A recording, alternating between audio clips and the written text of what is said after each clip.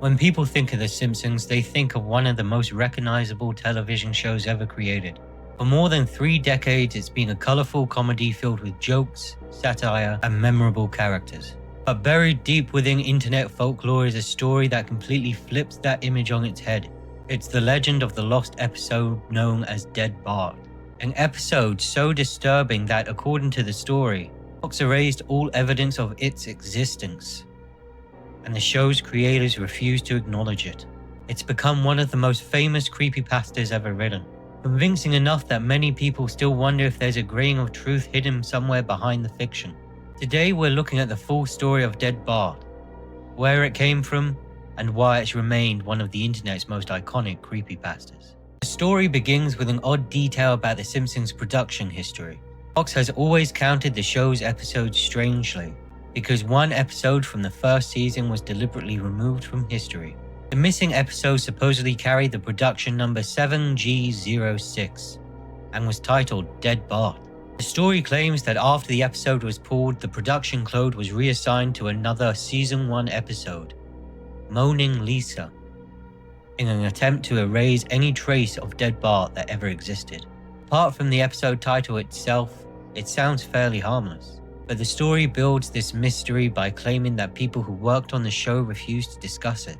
Anyone who asks former writers, animators, or producers about Dead Bart is supposedly met with silence or outright hostility. One version of the story even claims that The Simpsons director David Silverman abruptly ended a public presentation after someone in the audience asked about the episode. The Simpsons creator Matt Groening behaved very differently during the production of the first season.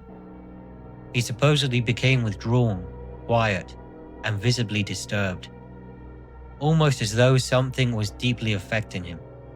Many think it was that missing episode. The narrator of the story claims they eventually managed to approach Groening. They got him alone after a fan event.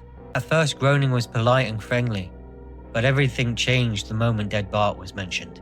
The color drained from his face, his hands began trembling, and instead of answering any questions, he hurriedly wrote down the address of a mysterious website before begging the narrator to never mention the episode again. Groening left quickly after that, leaving the narrator standing there clutching the new information. The website contained nothing but a black screen with a single yellow hyperlink. Clicking the link downloaded a video file, but before it could even be opened, their computer became infected with what they described as the worst virus they ever encountered. Programs crashed, the operating system stopped functioning properly, and even restoring the computer failed. Before completely wiping the hard drive, the narrator copied the mysterious file onto a CD, so that they could watch it back on a clean computer. When they do finally watch the episode, it begins much like any ordinary Simpsons episode, with the family going about their everyday interactions. However, the animation quality is notably worse. Homer is unusually aggressive, Marge appears constantly depressed, Lisa seems anxious, and Bart himself no longer comes across as a mischievous troublemaker. Instead, he seems genuinely angry and resentful towards his parents. The plot of the episode revolves around the Simpsons taking a family vacation by plane. During the flight, Bart begins falling around near one of the windows. Suddenly, the window shatters, and Bart is violently sucked out of the aircraft. His body falls onto the ground below, instantly ending him. After this horrific turn of events, everything else in the episode remains animated in the familiar Simpsons style, but Bart's body is depicted as an almost photorealistic corpse. It's so grotesque and detailed it becomes intentionally unsettling.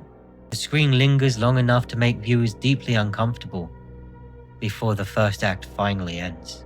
The second act is widely considered the most disturbing part of the entire story. Instead of continuing the plot, the episode simply shows Homer, Marge, and Lisa sitting around the dining table, crying over Bart's death. The crying continues for minutes without interruption. There's no dialogue, no music, and almost no movement beyond the characters sobbing. As time passes, the animation itself begins to deteriorate. Faces stretch unnaturally, colors blur together, and the family slowly loses their recognizable appearance until they resemble distorted shadows rather than human beings. Strange faces appear in the windows behind them, flashing so briefly that the viewer can never quite make out what they're seeing. It creates an overwhelming feeling of grief and unease that seems to last forever. The final act begins with the title card reading 1 year later. The Simpsons family have become skeletal from grief. Maggie is nowhere to be seen, and Springfield itself appears to be completely abandoned. Buildings are falling apart, streets are empty, and the entire town feels lifeless. The family eventually arrives at Bart's grave, only to discover that his body is still lying on top of it, exactly after it appeared after the plane accident. Once again, the family breaks down in tears before eventually falling silent. The camera slowly zooms into Homer's face, but the audio is distorted. As the camera begins pulling away, you see every gravestone in the cemetery belongs to someone who has either appeared on or would eventually appear as a guest star on The Simpsons, predicting who would be on the show sometimes decades in advance. Each gravestone includes a date of death. Celebrities who later died, including Michael Jackson and George Harrison, had their actual future dates of death correctly listed on their headstones. Even more disturbing, every celebrity still alive shared exactly the same date of death, implying some great world-ending event. The episode ends with silent, handwritten credits before showing the Simpsons sitting on their couch. Except the entire family is now rendered in the same lifeless, hyper-realistic style as Bart's corpse. Several years after the original story became popular, its anonymous author released a follow-up, titled Dead Bart Update, expanding the creepypasta even further. According to this continuation, the computer used to watch the episode became impossible to destroy properly. Even after repeatedly reformatting the hard drive, the mysterious file kept returning, opening itself without warning and refusing to be deleted. The narrator also describes reoccurring nightmares, in which Bart's corpse is replaced by an image of themselves as a child. Determined to uncover the truth, the narrator eventually tracks down someone claiming to own an original copy of the VHS episode. Watching this version only makes things worse. The tape contains commercials that shouldn't exist, impossible computer-generated imagery far beyond what technology could have produced in the late 1980s, and news reports describing future disasters. Perhaps the strangest revelation is that another person watching the exact same tape claims to see an entirely different episode. The only thing both viewers experience is the ending, where looking down at Bart's body, Homer quietly says, "If only we were all that lucky." Despite how convincing parts of the story may seem, with the production history and mentions of actual people who worked on The Simpsons, Dead Bart is entirely fictional.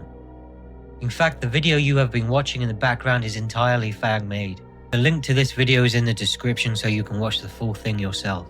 I highly recommend doing so. Dead Bart was written as a creepypasta designed to blur the line between reality and fiction, by mixing genuine production details from The Simpsons with increasingly disturbing supernatural elements. But there is no lost episode, no hidden production code, and no evidence that Matt Groening or anyone else connected to the show ever experienced the events described in this story. The episode itself is portrayed more like a cursed object, capable of damaging anything that it comes into contact with. Long before analog horror became popular on YouTube, Dead Bart was already experimenting with the idea of haunted media. What makes Dead Bart so memorable isn't the gore or the supernatural elements. It's the idea of taking one of the most comforting and familiar television shows ever made and turning it into something deeply unsettling. Dead Bart became one of the most defining internet horror stories of the golden age of creepypasta, inspiring countless lost episode pastas that followed. What do you think of Dead Bart? Let me know in the comments and subscribe for more creepypasta facts. I'll see you next time. Bye.